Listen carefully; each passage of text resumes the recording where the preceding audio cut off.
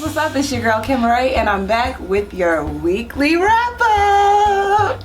I'm your host Camron, and you're watching Camron Music TV. And the weekly wrap-up is just all of the news that's been going down this week. So if you're new here, make sure you subscribe down below and like this video and share this video with all your friends.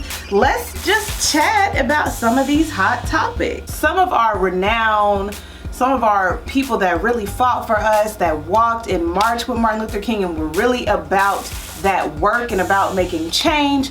John Lewis and C.T. Vivian, they both passed away this past week, and so we just want to send out prayers to their family.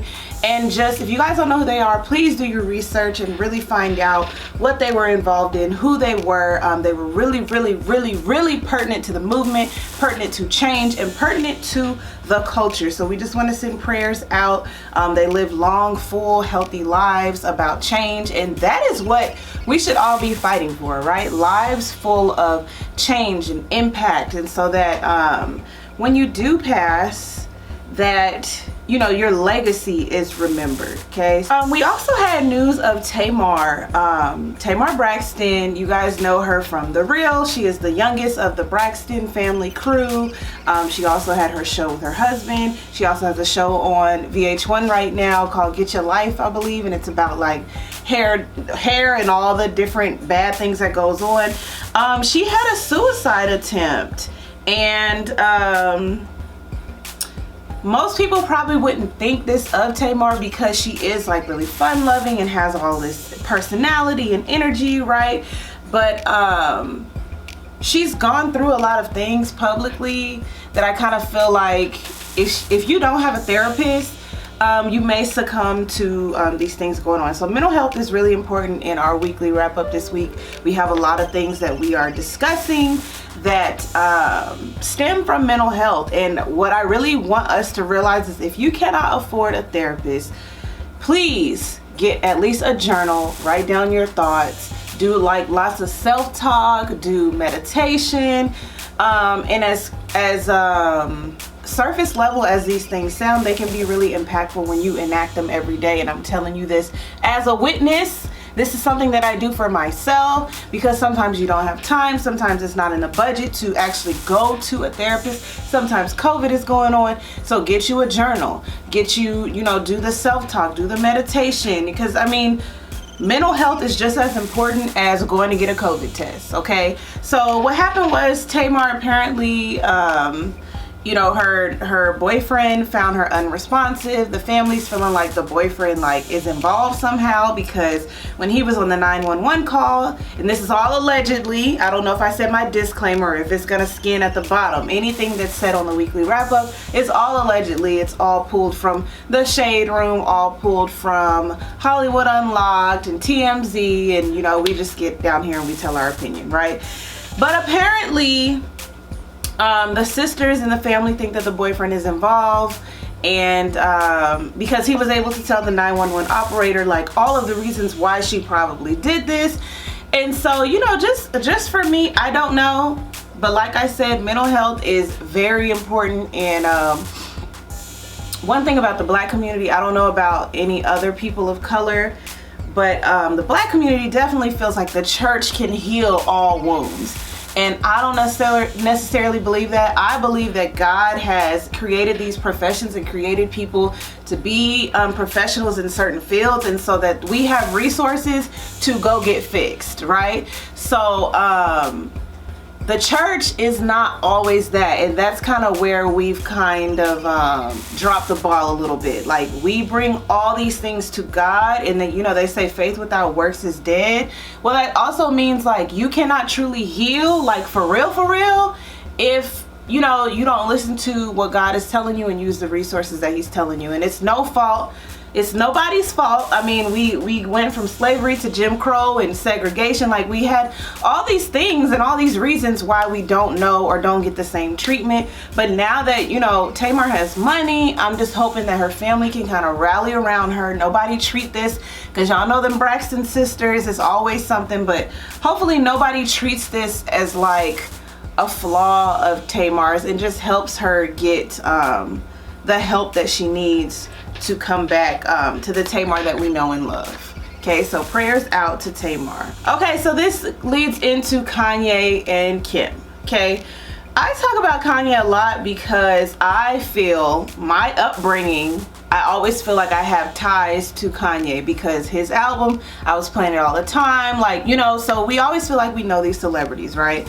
But as the years have gone by, he's done a lot that I just can't get behind, and I just didn't understand, so I chose to love him from a distance. And then I was kind of like, at the same time, like, okay, I don't really even like him no more because I can't get behind it, right? So I've kind of had this up and down relationship with Kanye. So we talked about it the other day. This is kind of more of a follow-up. Things dovetailed and snowballed into something bigger and greater. He went, you know, he had this little press conference. Y'all know he had the press conference in South Carolina, or his rally, right? Because he was talking about running for president. And in this thing, he's like crying. He's sharing about this abortion that he almost had with his daughter, that his mom almost had with him. And, you know, everybody, he's tweeting like all of these crazy things, talking about a potential affair with Meek Mill and his wife. He keeps saying Drake. He keeps, you know, talking about this is the Exodus, like Pusha T said, like, Chris trying to make his girls, you know, do Playboy. Like, it's just like this whole thing, right? So we know that Kanye has bipolar disorder, and what we don't know is what that means. Does that mean episodes, like manic episodes like they're saying? Does that mean, like, we don't really know what it means? And that's another thing, like the black community, there's so many stereotypes of certain things that we see in, like, on TV of like bipolarism, and so a lot of people don't want to do the work to find out if they have that, if there's like a chemical imbalance, right? And so it seems that Kanye's off his meds. Kim did come out with a statement. By the way, I'm gonna be posting stuff here so that you guys can see it while I'm talking. But yeah, she did come out with a statement where she's basically like, you know, we can't control what he does. He's an adult. Because Kanye was like, they tried to lock me up. Kim and Chris tried to lock him up. And so I'm trying to think about it from both ends of the spectrum. Just because someone sounds crazy doesn't mean that what they're saying is not necessarily true. Maybe Chris and Kim were trying to drum up a deal for North to be able to do this stuff later when she's, you know, in Playboy when she's a lot older. Maybe, you know, CBS and E was trying to keep them in LA, or keep them in, child, I almost said Corsicana. I can't think of the name, but y'all know that suburb in LA that all the rich people live in. Maybe they were trying to keep them there. I don't know. But when you're yelling and screaming and crying and, you know, not taking your meds, then it's like hard for people to listen to you. And you guys know Kanye has had a history with even these past 2-3 years of just saying like outlandish stuff. I mean, just the other day he said that Harriet Tubman did not end slavery. So it's just like, we want to love Kanye, just like Dave Chappelle flew out there to his ranch in Wyoming, and, you know, he was surrounded by all these black men, and, you know, everybody's trying to be there for him. It's already hard enough and bad enough that as black people, there's such a stigma with like taking care of yourself mentally and like taking the medication, right? So he's already fighting that. Then there's another stigma of like, you know, looking weak or looking like inferior, right? And so then take away the fact that his mom has passed, and then another thing is like this whole Kardashian crew and all that does to a person, because, you know, we've seen people like succumb to all this. We've seen, you know, Lamar Odom. We've seen what is the brother's name? Child, his name just slipped my mind. We've seen the brother in Black China and all that they went through, and then, you know, it's just all these antics that go down, and I don't really know. I mean, they are really about appearance and capitalizing on every appearance, and sometimes that is not good for the healing. But Kim was like, you know, my kids, we not filming my kids or my husband right now until we get this taken care of. And so I can respect at least that. But I guess I'm just like, at this point, we have to pray for Kanye and love him from a distance, and really, I guess, really try to be more supportive. But we cannot excuse, I don't want it to seem like we're excusing the things that he says, because what I don't think people realize is when you say things that racist or people who believe in stereotypes or people who look down on the black community, when you say those things that they're thinking and you're a black person, then they're like, see, just like Terry Crews, see, Kanye said it, see, Terry said it. And so you start to take away our credibility as a race. And really, he can't really do that because, I mean, a lot of other people are working really hard to make sure, you know, our allies and other people understand our experience. But it just sucks because Kanye is so pertinent to the culture and so pertinent to hip hop and, you know, all of that. Just to see him kind of like taking this slow pull down. So like I said, we're praying for Kanye, we're praying for Tamar, and really trying to understand as a community mental health a whole lot better. We're talking about the Kardashians. Let's go ahead and get into Kylie. That's our connection here. Kylie was having, I don't know if she was having a party or she was at the party. Now, I was watching Impressive TV, and I've really been trying to research this story because I'm trying to figure out what happened. Okay, apparently,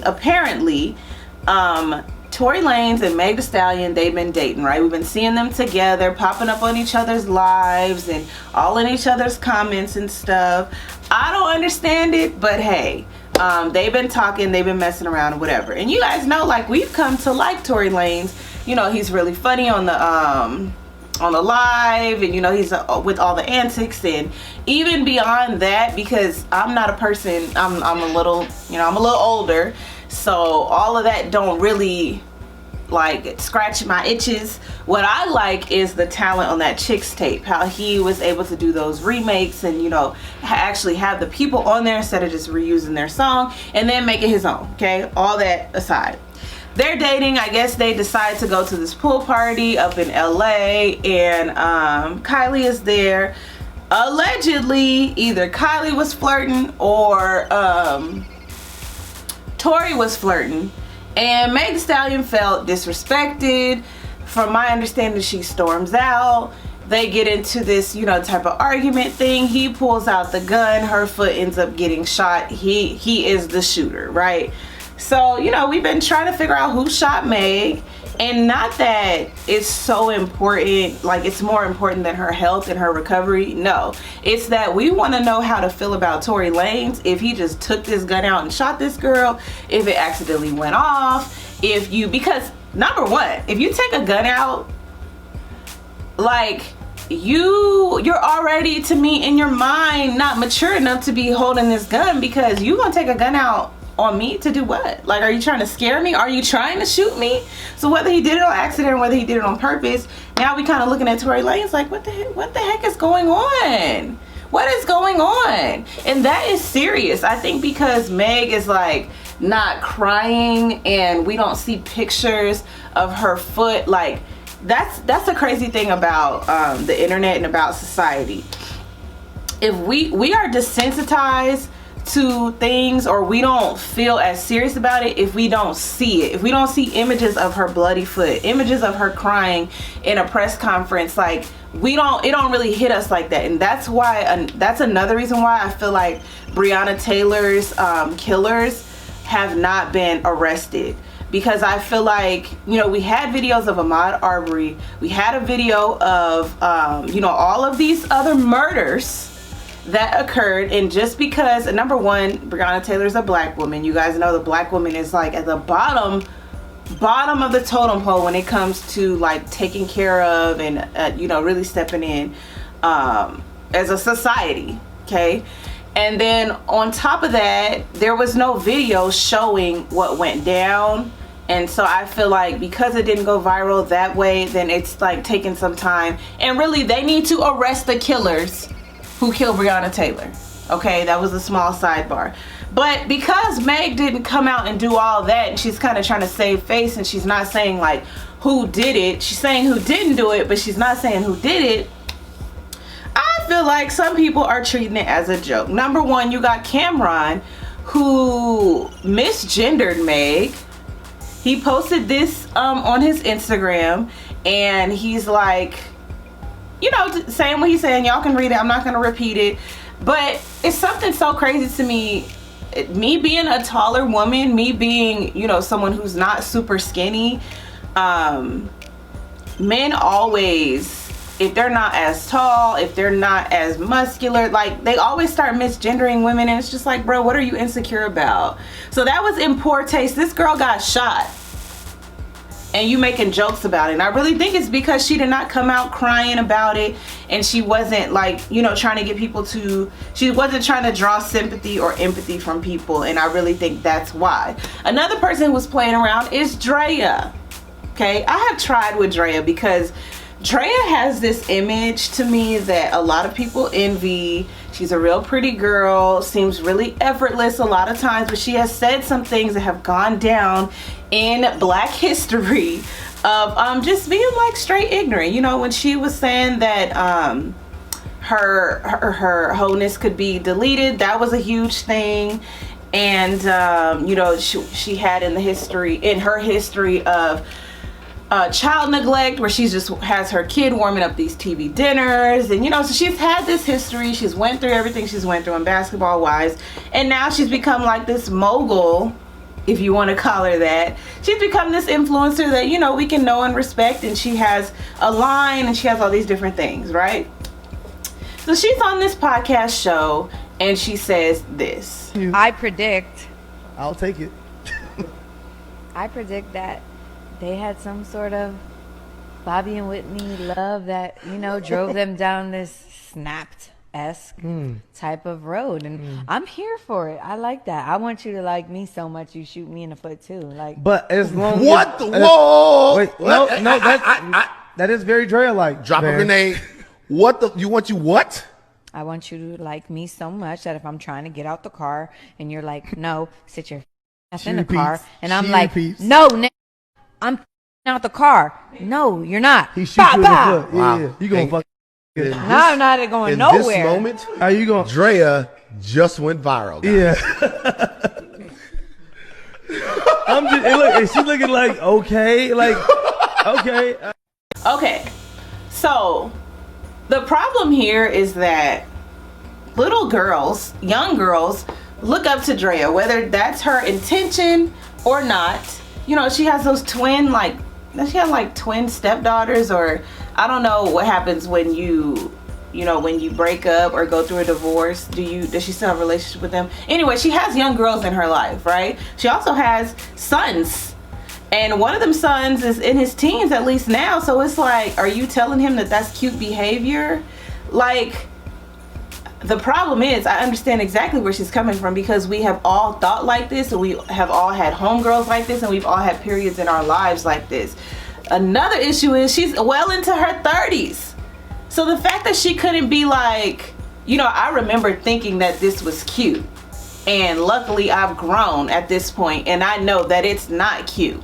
And so if he did that, you know, she could have really taken a stance, but she just did it. And I'm just like, why would you do that, girl? Why would you do that, Draya?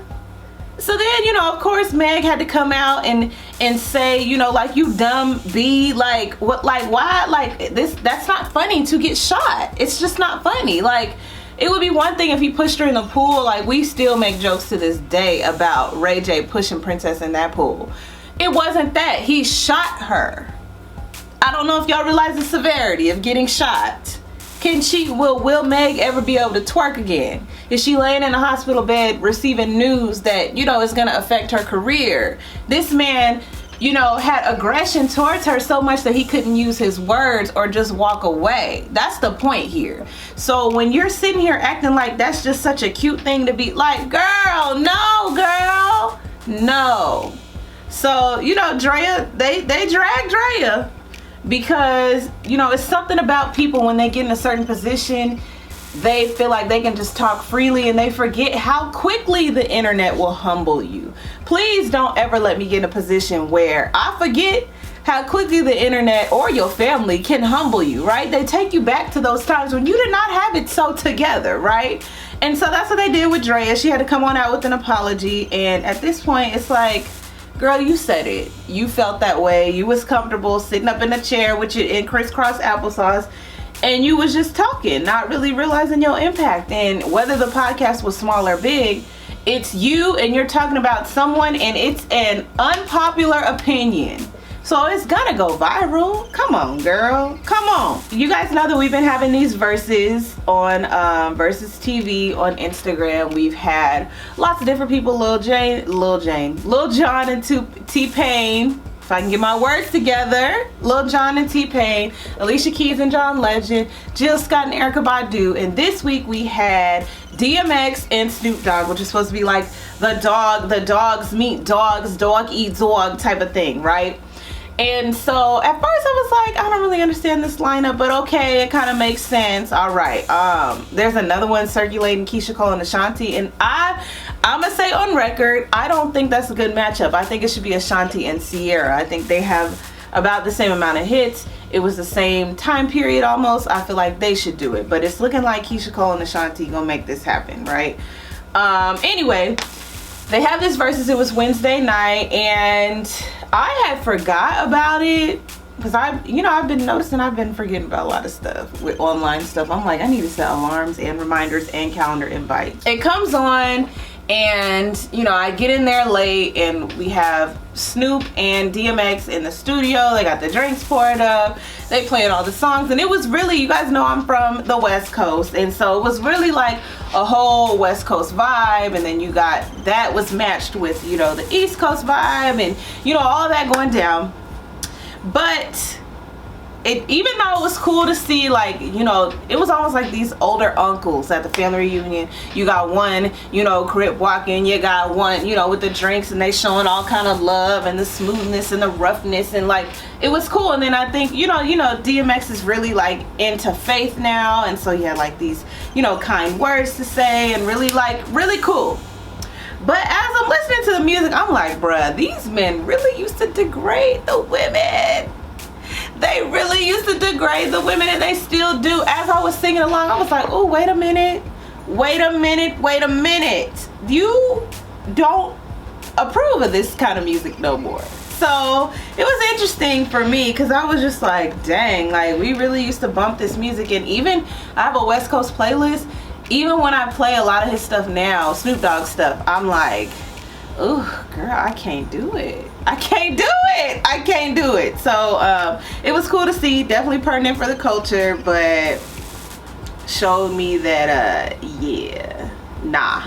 Alright, so congratulations to Nicki Minaj. She did come out and let us know that she is pregnant. Alright, a lot of y'all been busy during these quarantines and this quarantine, okay? Congratulations to her. She did release her maternity shots, her pregnancy pictures, and a lot of them look great, but there was just this one where she had this yellow hair and she's like on her knees, and I was just like, what is happening here? But anyway, she looks great. Congratulations to her and her husband. I know a lot of y'all had a lot to say, and people couldn't figure out why people was hating so bad. Well, it's because, of the track record her husband has, and, once you have a child with someone, the child is forever. And so even though she could have, gotten divorced from this man and come to her senses, now that she has a child on the way, it's just kind of like, dang, Nicki.